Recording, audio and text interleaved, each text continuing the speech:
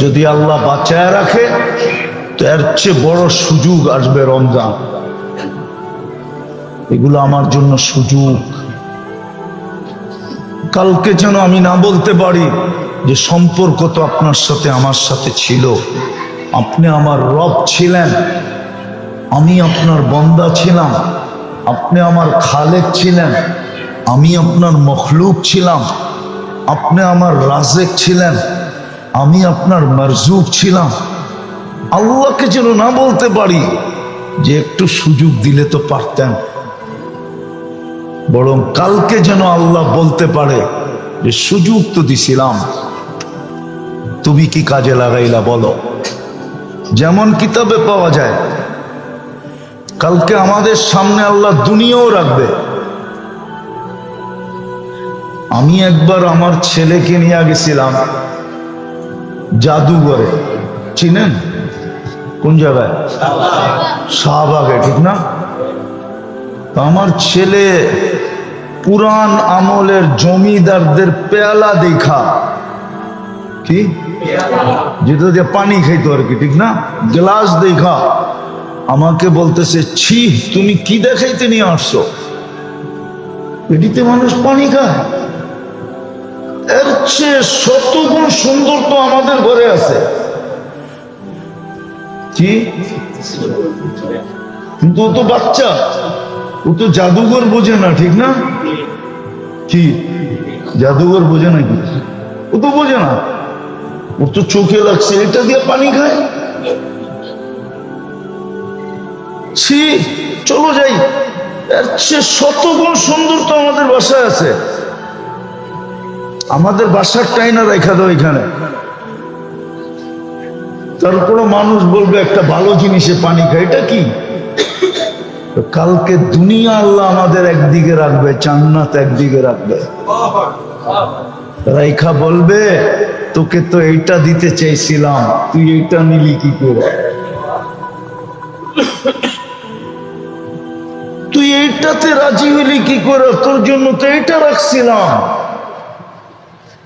কোরআন তো এটাই বলে, আরাদিতুম বিল হায়াতিদ দুনিয়া, তুই দুনিয়া নিয়ে খুশি হইলি কি কইরা, মাতাল হইলি কি কইরা, পাগল হইলি কি কইরা? কি করে পাগল হইলি, মাতাল হইলি কি কইরা? তোর জন্য তো এই জান্নাত রাখছিলাম। এই জন্য সম্পর্কের কারণে আল্লাহ আমাদেরকে সতর্ক করেন, আর সম্পর্কের কারণে আল্লাহ আমাদেরকে সুযোগও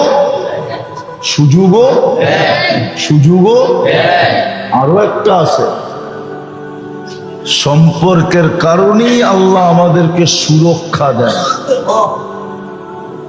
নাইলে একটু আগেই বলছিলাম আমি প্রযুক্তি নিয়ে আসব, প্রযুক্তি বলবে এখানে অক্সিজেন থাকার কথা না। বিজ্ঞান নিয়ে আসবো, বিজ্ঞান বলবে এখানে অক্সিজেন থাকার কথা না। আছে না নাই? সুরক্ষা কে দিছে?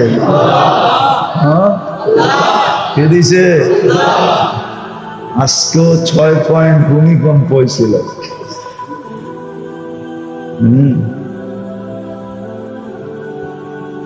6 পয়েন্ট হয়েছিল আজকে, রাত্রেরটা 6 পয়েন্ট, আর সকালেরটা মনে হয় 5.8। কিন্তু সুরক্ষা কে দেয়? কে দেয়?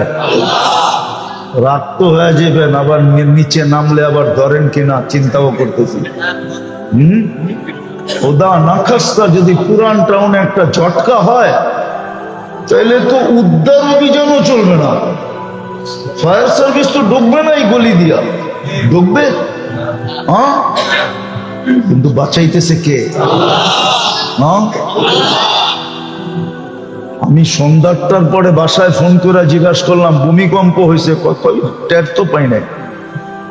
সকালের তো আমি টের পাই নাই, আমি তো সকাল ফজর ডাকাতে পড়ছি আইসা, আমি বরগুনার থেকে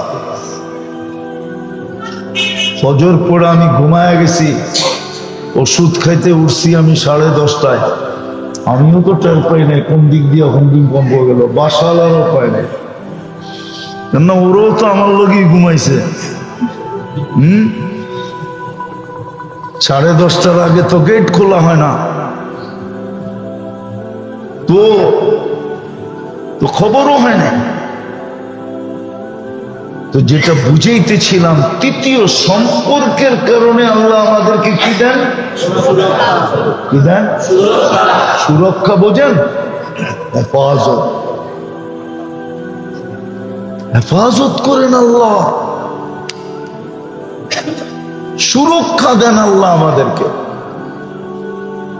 শুধু সম্পর্কের কারণে 3টা বললাম, মোটা মোটা সম্পর্কের কারণেই আমাদেরকে সতর্ক করেন, সম্পর্কের কারণেই আমাদেরকে সুযোগ দেন, আর অপেক্ষা করেন। সীমারেখা কতটুক সুযোগের এটাও বলে দিছেন,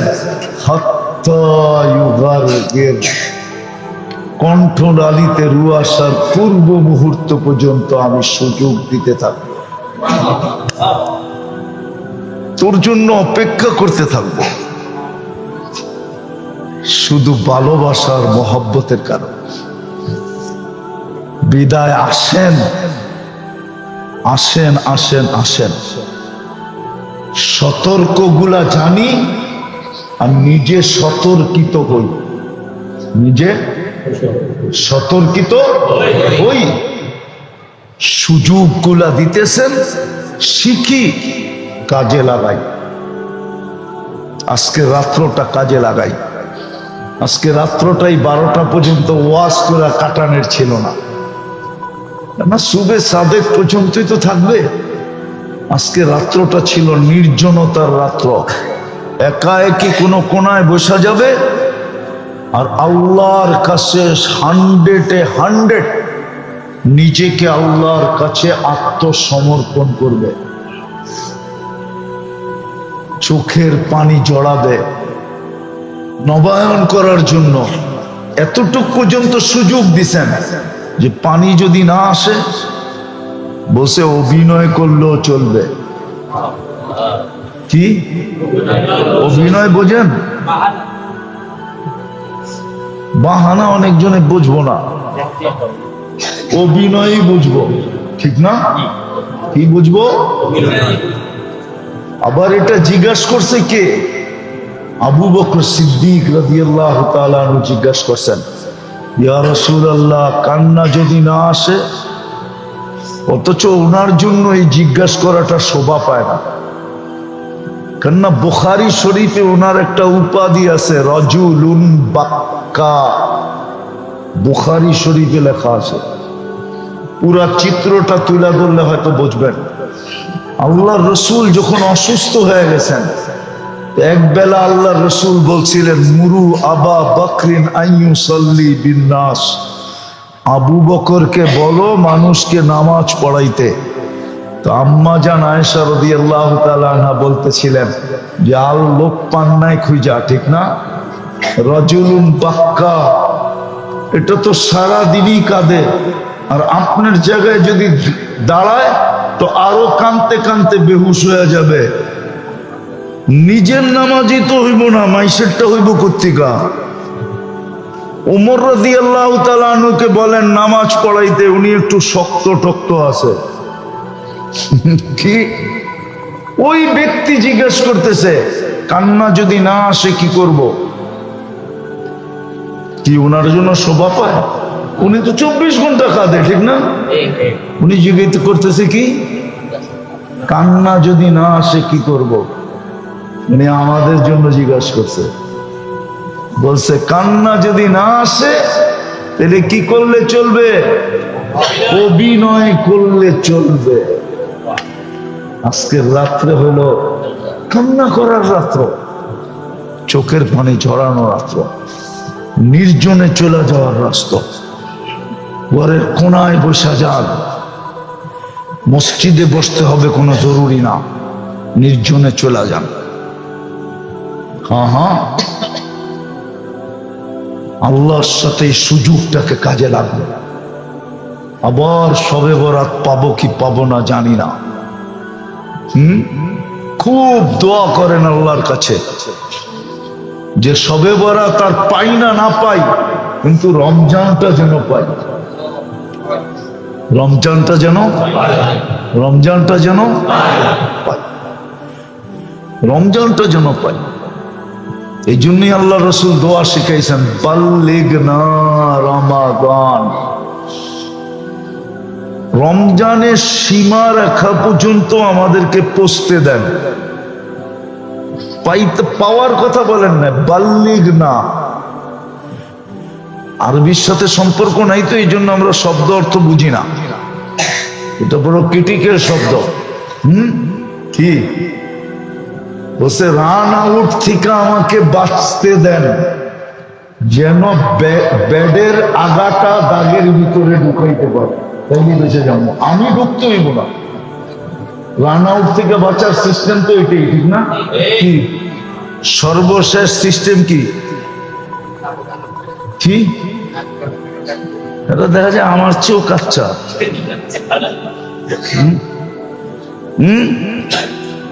আমার চেয়েও কাচ্চা দেখা যায়, ক্রিকেট ফ্রিকেট কিচ্ছু বোঝা, ঠিক না? রান আউট থেকে বাঁচার সর্বশেষ সিস্টেম হলো দৌড়ায় যদি নিজে দাগের ভিতরে না ঢুকতে পারে, তো ব্যাডের আগাটা যদি ঢুকায় দিতে পারে শুয়া, তাইলেও বেঁচে যাবে।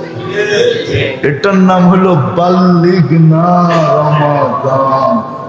আমাদেরকে কমসে কম 4টা দেখার সুযোগ দেয়, 4টা দেখেই যেন মরে যেতে পারি, তাইলেও 100% বেনিফিট নিয়ে চলে যাবে। আজকে এই দোয়া করার রাত্রি, বুঝাইতে পারলাম? শিখবেন তো, করবেন তো? হ্যাঁ হ্যাঁ, এটাই সত্য। জৈসি করনি ওইসি বরনি। উর্দু বোঝেন? जैसी करनी वैसी बरनी, ना मानो तो करके देख, जन्नत भी है दोजख भी है, ना मानो तो मर के देख। যেটা বললাম ওটাই সত্য। जैसी करनी वैसी बरनी, ना मानो तो करके देख, जन्नत भी है दोजख भी है, ना मानो तो मर के देख। এটাই সত্য। তাহলে মরা দেখতে হবে, মরার পরে আর সুযোগ হবে না। আল্লাহ আমাদেরকে বুঝার তৌফিক দে, নইলে বড় পস্তাইতে হবে। ওই পস্তাওয়া কোনো কাজে দিবে না। পস্তাওয়া বুঝেন তো? হ্যাঁ, এই জন্যই কোনো কবি লেখছে, এই জন্যই কোনো কবি লেখছে, হ্যাঁ, नदामत की आंसू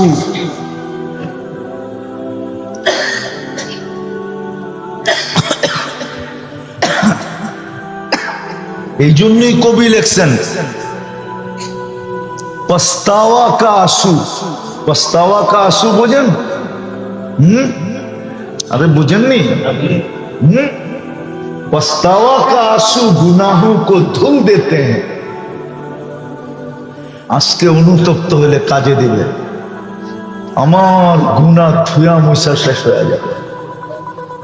যুবকদেরকে বলতেছি, কিচ্ছু না পারো, যৌবনের তাড়নায় যদি সারাদিন কিচ্ছু না পারো, তাহলে তোমাদের পায়ে হাত দিয়া বলতেছি, ঘুমানোর সময় আল্লাহর কাছে মাপ চায়া ঘুমায়। আপনাদেরকেও বলতেছি, সারাদিন যদি কিছু করার সুযোগ নাও হয়, তাহলে কমসে কম ঘুমানোর সময় আল্লাহর কাছে মাপ চায়া ঘুমাই। হতে পারে একদিন ঘুমাবো আর উঠবো না, সুযোগ আমার হাত থেকে ছাড়া হয়ে যাবে। এই জন্য একটা কাজ করতে তো পারবা, কি পারবা না? ভুলা যাবা? হ্যাঁ পারবা? যুবকরা কি বলে, পারবা না ভুলা যাবা? না ভুলা যাইবা, ভুলা যাইবা, ভুলা যাইবা। 6 মাস করে দেখো কন্টিনিউ, তারপরে তুমি যা দেখবে, আল্লাহ তোমাকে যা দেখাবে, ওটা বলার জন্য তুমি আমাকে হারিকেন নিয়ে খুঁজবে। আমার বিশ্বাস তুমি আমাকে খুঁজবে যদি 6 মাস কন্টিনিউ করতে পারো। সারাদিন কি করলে এটা আমার বিষয় না, আমি প্রমাণ দিতে পারবো এটা আল্লাহরও বিষয়। কিন্তু হ্যাঁ, ঘুমাইতে যখন গেলাম, সুযোগ পেলাম ঘুমের বিছনায় যাওয়ার, তো উচিত আল্লাহর কাছে মাপ চায়া ঘুমান। আমাদেরও উচিত, করেন এটা, শিখান ঘরওয়ালাদেরকে, মা বোনদেরকে শিখান। এর লক্ষণ কিন্তু ভালো দেখা যাইতেছে না। এক সময় ছিল বাংলাদেশে বৎসরের পর বৎসর একবার ভূমিকম্প হতো না, কিন্তু বর্তমানে গত ডিসেম্বরে 40 বারের উপরে ভূমিকম্প হয়েছে, 42 বার ভূমিকম্প হয়েছে বাংলাদেশে। আপনি খবর নিয়ে দেখেন, জানুয়ারিতেও কয়েকবার ভূমিকম্প হয়েছে, ফেব্রুয়ারিতে আজকে একদিনে 2 বার ভূমিকম্প, সকালে একবার, রাত্রে একবার। জানি না আমি কি সংকেত দিতে চাইতেছেন আল্লাহ, কি সংকেত দিতে চাইতেছেন এটা আমি জানি না, কিন্তু আমি বড় চিন্তিত যে এই সংকেত কিসের সংকেত। এটা যেই দেশ আজানে, পুরা দেশ ফজরের আজানে প্রকম্পিত থাকে, যেই দেশে কদম বাড়াইলেই মাদ্রাসা পাওয়া যায়, যেই দেশে কদমে কদমে আলেম উলামা, ওই দেশে এই সংকেত কিসের সংকেত? আমি কালকেও ভাবতেছিলাম, বড় চিন্তিত আমি, আর খুব আমি এটা বলতেছি, এটা কিসের সংকেত আমি জানি না। কালকে আমি যুবকদেরকে বলতেছিলাম, আমার শেষ প্রোগ্রামে কালকে পড়ায় লক্ষাধিকের উপরে লোক ছিল। ওটাও আমি ওইখানেও বলছি, যুবকদেরকে বলছি এইবার 14 তারিখে তোমরা লক্ষণ ভালো দেখা যাইতেছে না, আর আল্লাহকে নারাজ করো না। ভালোবাসার ডের নামে যে আল্লাহকে নারাজ করা চলতেছে আমাদের দেশে, 31 নাইটের নামে আমাদের দেশে যে আল্লাহকে নারাজ করা চলতেছে, পহেলা বৈশাখের নামে আমাদের দেশে যে আল্লাহকে নারাজ করা চলতেছে, এক একটা জিনিসের নামে, বিয়ে শাদীর নামে আল্লাহকে নারাজ করা চলতেছে।